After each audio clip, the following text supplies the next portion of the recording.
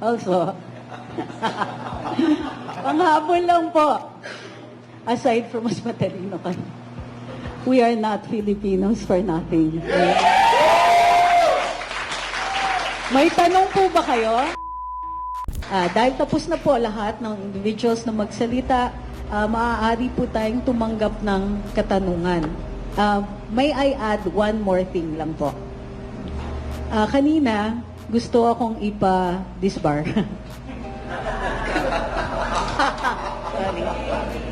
Sorry. Okay, ganito yun. Sabi ni Congressman Paduano, is she a lawyer? Malamang, kasi attorney Trixie Angeles yung nakalagay dun sa ano ko. But sige, at dahil abogado ko, at hindi daw ako umattend sa hearing ngayon, sa inquiry ngayong araw na ito, patitignan daw niya sa legal ng House kung pwedeng mag-file sila ng disbarment case sa akin. Walang tanong kung ako po ay lumabag sa Code of Ethics ng mga abogado dahil ito po ang grounds for disciplinary action namin. Idinudulog ito sa Korte Suprema. Iniimbestigahan ng IBP. Pero sa kanilang pagsasalita, akala mo sila yung nagpa-disbar sa akin. Parang, okay. So, ang punto lang po dito, the only reason na pinatitignan nila yung item na yon ay dahil abogado ko na hindi dumating sa kanilang pagdinig.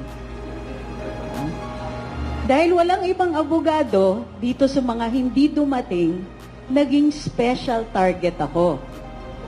Dahil may vulnerability. The mere fact na abogado ko, apadisbar natin yan. Dahil hindi ko daw sila nirespeto. Ang problema din po dito, ang definition nila ng respeto ay slavish obedience. Hindi po respeto na mutual. Gusto nila, ang sabihin nila, kahit invitation yan, ang basa dapat natin dito ay command. Sorry po, kasi dahil ako po ay gumraduate with a degree in linguistics sa University of the Philippines, ang pagbasa ko din, tulad ng ibang abogado, ay precise. So, pag sinabi po nila kasing invitation, ang iniisip ko, pwede kong tanggihan. Dahil ito ay voluntary. Kung sila po ay nagpadala ng sabpina, ibang usapan yon. Gayunpaman, kinokongratulate ko po si Congressman Paduano dahil ipinaaral niya sa legal ng House. Ito po ay step in the right direction. Kasi, nakikita ko ang ibang galawan sa ibang mga committee, parang diretso na dun sa wala nang due process, etc. Step in the right direction lang. Hindi ko sinasabing tama sila. So, ibibigay namin. Lahat kami dito, I don't think any one of us means to disrespect the House. Ang ginagawa lang namin dito ay pinaglalaban yung karapatan namin magsalita at magpahayag. Hindi po kami naghahanap ng sakit ng katawan. Pero, kung yun po ang i-threaten nyo sa amin, sakit ng ulo, sakit ng katawan, isa lang naman mensahe namin dito. You don't scare us. Sa araw-araw ba naman, nung nag-decide kami maglagay ng saloobin sa social media, automatic yun, tinanggap namin, mababash kami. Noong 2016, nung nag-decide ako to throw my support behind the candidate named Rodrigo Duterte, alam kong maraming maaasar at hindi lang asar. I lost so many friends. Dilaw pala ako. Hindi ko akalain. But that's the choice you make. When you decide to be honest, you want to say something, you accept the consequences. That's what adults do.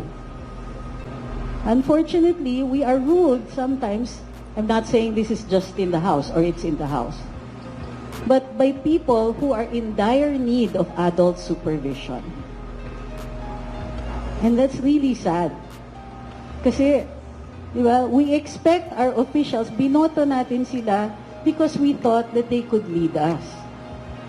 Ang lungkot naman na they think that they can do this because time is on their side. Kumbaga, okay lang, lapastanganin natin ang karapatan nitong taong to. Anyway, they have to go to court to defend their rights. It's gonna take some time, and in the meantime, i-detain natin sila. Because that's what's happening now. Hindi kami takot. Mas matalino lang kami.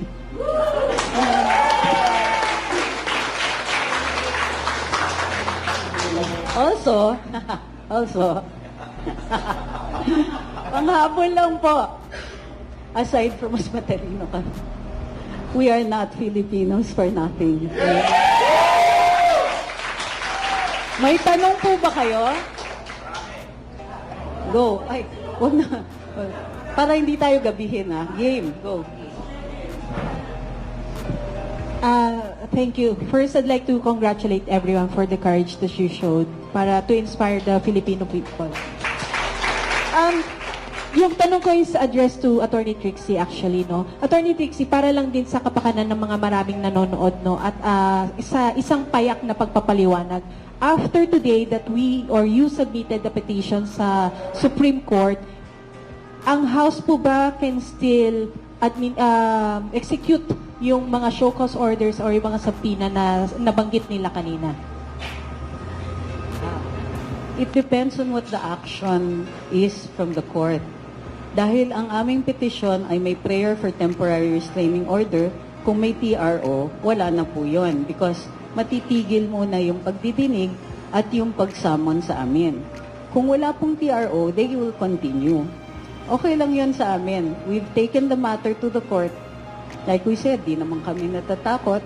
We will decide what to do should they decide to pursue issuing these show cause orders or other forms of communication. Do we think po ba na, sorry, follow up lang. Do we think po ba na kahit pagkatapos ng araw na to na nag-petition nga tayo, ay gagawin pa rin ng HOR yung mga gusto nilang gawin hanggat naglabas ng desisyon yung, or as a result, yung petition na sinabit natin? Hindi ko mag-guess or ma-presuppose kung ano ang gagawin ng Kongreso. However, it would be material to look at the time. May oras pa ba magtawag ng panibagong pagdidinig? May oras pa ba na tingin nila yung mga show cause orders na yan? Kasi show cause means we are entitled to explain at kailangan mag-decide sila objectively on whatever action they want to take on those show cause orders. If there is material time, I suppose, then they will try to execute them. So, yun po yun. Ayan, good afternoon po sa lahat.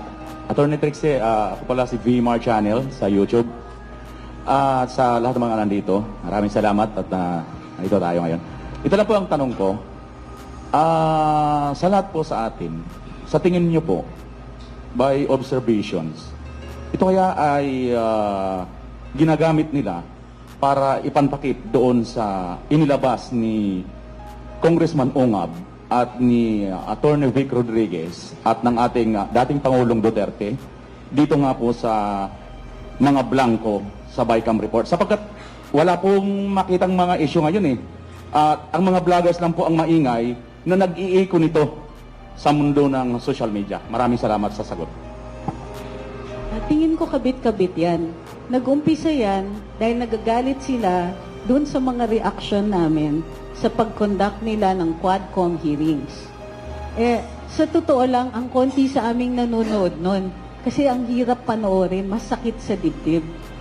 Gayon pa man, lumalabas at lumalabas dahil lumalala ng lumalala yung ginagawa nila. So, yun yung una. Nasasaktan sila kasi pag nakita mo yung mga komento sa social media, grabe. Minsan grabe, kahit ako nagagrabihan, na pero nakikita mo yung tunay na galit ng mga tao. They want to be protected from that. Pero it isn't just now the Quadcom hearings. Ngayon, dahil napakalaking issue ng budget, at sabog na sabog, kasi 2024 natiis pa natin. Pero yung 2 years in a row, na naggugutom yung mga tao, tapos nabibisto na just how many people have been deprived of healthcare. Ito yung 4Ps ha. 4Ps, senior citizens, PWDs, sila po yung unang na-drop out dun sa programa ng PhilHealth. So araw-araw nung dumadaan, na nakikita natin yung mga problema ng bayan na hindi inaasikaso dahil tinututukan nila yung perang makukuha sa national budget, na less likely araw-araw na mananahimik ang mga vloggers. Padating po yung eleksyon. So, kabit-kabit yan. It's the budget, yung impeachment ni VP Inday, and of course, yung darating na eleksyon. And kailangan nila to survive politically or to at least gain a credible win. Alam niyo na kung bakit. Then, kailangan tumahimik yung social media. So, yun po yung kabit-kabit lang yun. Kasi yung nag-expose ng mga pangyayari na ganyan at nagdi-disseminate ng impormasyon na yan ay vloggers. Yan po talaga ang status dito sa Pilipinas. Follow-up na lang po, Attorney. Makukonclude ba natin na masasabi ba natin na natutumbok po ng mga vloggers ang tunay na issue at problema ng bansa? I don't know if there's such a thing as tunay na issue kasi ang daming issue at lahat totoo or madalas totoo. So, ang trabaho naman ng any media, whether it be, nagkaroon lang kasi ng social media, pero any form of media, alam nyo sa international humanitarian law, ang definition ng journalist is a person who collects information and disseminates it. So all of us are journalists under the international humanitarian law and entitled to protection. So, yung sinasabi mong para pagtakpan ng tunay na issue, no. It's for more information. Ang ginagawa ng vloggers is it just widens the sphere where information is disseminated. So, sa ibang mga tao, nakakatakot yun. Kasi nawawalan sila ng space magtago.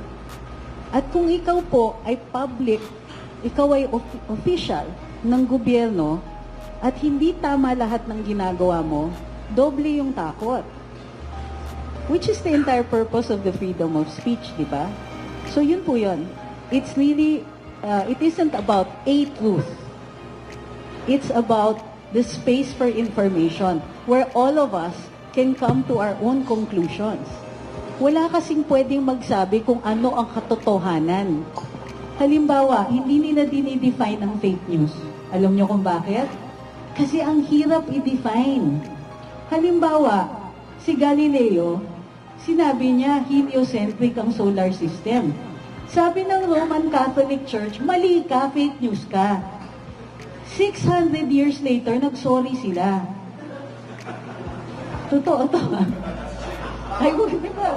Totoo to. 600 years later. Si Galileo di naman natinag. After nung hearing niya, palabas siya ng kwarto. Kinikwento to ng astronomy professor ko. Nax. So, habang lumalabas siya sa kwarto, alam mo sabi niya, and yet it turns. Kasi sinabihan siya, you have to stay for humankind that the earth does not rotate around the sun. Rotate, pero in Italian kasi parang turns. So, nung pumayag siya, sinabi niya masama, dumikit sa ngalangala. Pero sinabi niya, but as he was walking out the room, sabi niya, and yet it turns. Narinig siya, pero pinabayaan na siyang lumabas. Yun rin sinasabi namin dito.